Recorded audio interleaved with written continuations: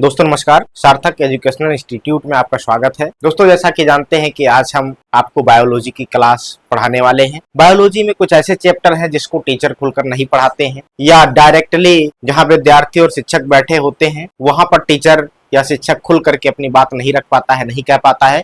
और तमाम ऐसे विद्यार्थी भी होते हैं जिनके दिल में दिमाग में तमाम प्रश्न होते हैं, लेकिन वो प्रश्न भी वो साझा नहीं कर पाते हैं। कई कारण हो सकते हैं इसके। तो आज हम वीडियो के माध्यम से आपके इस क्लास को लेकर के आए हुए हैं, क्लास 12 बायोलॉजी, जिसमें रिप्रोडक्टिव सिस्टम पढ़ाया जाता है आपको। खास करके आज हम फीमेल रिप्रोडक्टिव सिस्टम के कुछ ऐसे सवाल जो बच्चों ने पूछे थे उनको हमने लिख करके और समझाने का प्रयास किया है। आइए देखते हैं। और तमाम ऐसे सवाल जो हमारे मन में दबे रह जाते हैं, हमारे दिल में दफन हो जाते हैं, हम जान नहीं पाते हैं, जबकि जानना आवश्यक है। इतना अवेयरनेस बहुत आवश्यक है। सरकार ने तो प्लान किया है कि आने वाले टाइम में कुछ ऐसे प्रोग्राम्स चलाए जाएंगे जिसमें सबको अवेयर किया जाएगा। ये जो खास करके जो रिप्रोडक्टिव सिस्टम है इसके बारे में जागरूक किया जाएगा। ऐसे ही जो पॉपुलेशन ग्रोथ है इसको कंट्रोल कैसे किया जाए, इन सभी मुद्दों पर खुलकर बहस होने वाली है, खुलकर आपकी पुस्तकों में सिलेबस आने वाला है। इसलिए ये सब चीजों का होना तो आवश्यक ही है और टीचर को भी खुलकर पढ़ाना चाहिए। लेकिन यह है कि पढ़ाना इतना आसान नहीं होता है जितना आसान कह देना होता है। खैर कोई बात नहीं, हम इन सब जानकारियों के साथ आप सबके बीच में उपस्थित हैं। जैसा कि मैंने लिखा फीमेल रिप्रोडक्टिव सिस्टम, इसको अगर हम हिंदी में बात करें तो ये हो जाएगा स्त्री जनन तंत्र। मतलब आज हम बात करने वाले हैं स्त्री जनन तंत्र की। मानव में दो प्रकार की जातियां पाई जाती हैं, एक स्त्री और एक पुरुष।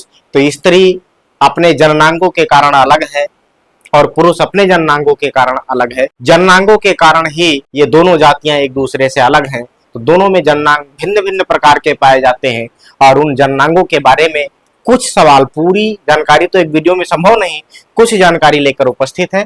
जैसे पहला सवाल है यौनारंभ के लक्षण। ये डायग्राम बना हुआ है, इसको मैं अभी समझाऊंगा। सबसे पहले हम देखते हैं यौनारंभ के लक्षण। अगर बात फीमेल की हो रही है तो हम फीमेल के यौनारंभ के लक्षण की बात करेंगे। फीमेल मतलब महिला, महिला मतलब लड़की। यदि हम बात करें यौनारंभ क्या है तो इसके बारे में सबसे पहले ये जरूरी है। यौनारंभ उस स्थिति को कहते हैं जब कोई लड़की, कोई बालिका रिप्रोडक्शन करने के लिए तैयार हो रही होती है, मैच्योर हो रही होती है, उस स्थिति को ही हम कहते हैं यौनारंभ।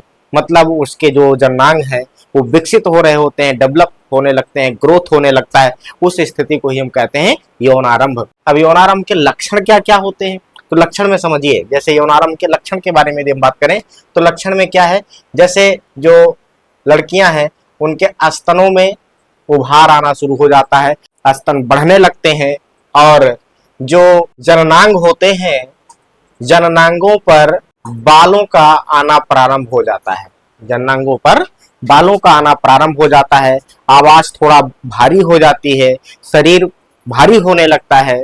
इन सभी स्थितियों में हम देखेंगे तो ये जानेंगे कि अब लड़की में यौनारंभ प्रारंभ होने लगता है। दो तीन चीजें खास करके, एक तो स्तनों में वृद्धि होने लगती है, दूसरा जो जननांग होते हैं उस पर बालों का आना प्रारंभ हो जाता है, अंडर आर्म्स जो होते हैं वहां पर बालों का आना प्रारंभ हो जाता है और शरीर भारी होने लगता है, हैवी होने लगता है। उसके अलावा आवाज में भी परिवर्तन, धर्म का प्रारंभ होना, मतलब एमसी का प्रारंभ होना।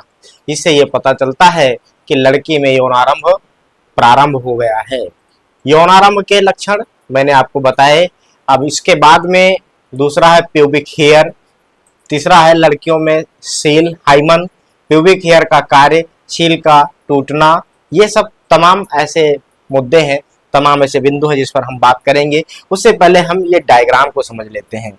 ये डायग्राम को समझने के बाद ही इन सब चीजों को हम जान पाएंगे। इसलिए आइए हम समझते हैं इस डायग्राम को, क्योंकि मैंने यौनारंभ के लक्षण में बता दिया कि जैसे जननांगों पर बालों का आना प्रारंभ हो जाता है, तो उसी से मैं शुरू करता हूं क्योंकि ये जननांग बना हुआ है। इस जननांग पर देखिए बालों की संरचना भी दिखाई दे रही है। सबसे पहले आपको यह बताना है कि ये कैसी संरचना है, ये बाह्य संरचना है या आंतरिक संरचना है।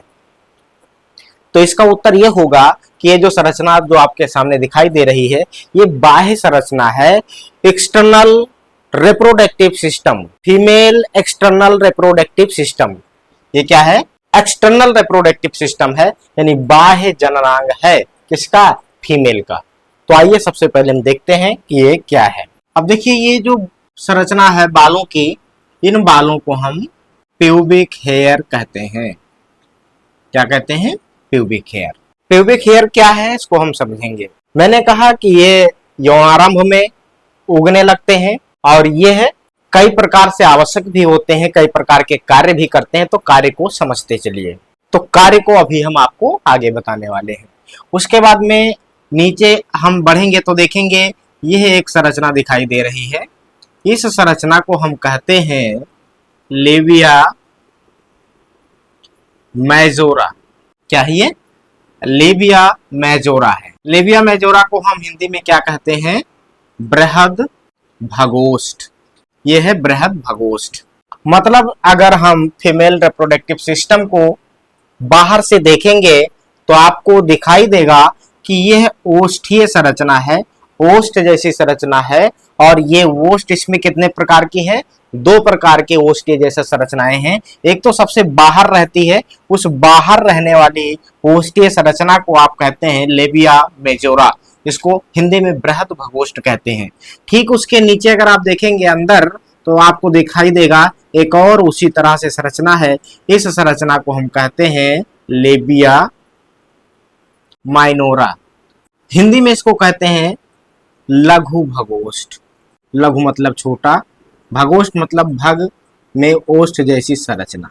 ये पूरी संरचना को भग भी कहते हैं। इसको भग भी कहते हैं, इसको योनि भी कहते हैं। तो यह आपको समझना है। छोटी वाली संरचना क्या है? लेविया माइनोरा है। बड़ी वाली संरचना ये क्या है? ओष्ठीय लेविया मेजोरा है। ये 2 प्रकार की बाहर लिप यानी होठ जैसी संरचनाएं होती हैं और ये बाहर से अंदर की चीजों को, अंदर की रचनाओं को, अंदर के छिद्रों को ढकने का काम करती हैं। तो इस तरह से हो गया लेविया मेजोरा और लेविया माइनोरा। अब उसके ठीक बाद में हम देखेंगे तो इसमें एक ये संरचना दिखाई दे रही है। इस मटर के दाने जैसी संरचना को हम क्या कहते हैं? क्लाइटोरिस। क्या कहते हैं? क्लाइटोरिस। इसको हिंदी में कहते हैं भग सेफ। भग सेफ, भग सेफ। ये बहुत ही सेंसिटिव एरिया है। इस एरिया को, इस संरचना को छूने से, टच करने से महिला में उत्तेजना बढ़ती है और वो कामुक हो जाती है। उसके बाद इस छिद्र की यदि बात किया जाए, ये छिद्र जो सामने दिखाई दे रहा है, तो इस संरचना को हम कहते हैं यूरेथ्रल ओपनिंग। क्या कहते हैं? ओपनिंग या यूरेथ्रल ऑफिस बोलते हैं। यूरेथ्रल ओपनिंग या यूरेथ्रल ऑफिस एक छिद्र होता है। ये छिद्र ऐसा छिद्र होता है जिसके माध्यम से जो फीमेल होती है, जो महिला होती है, वो मूत्र का त्याग करती है।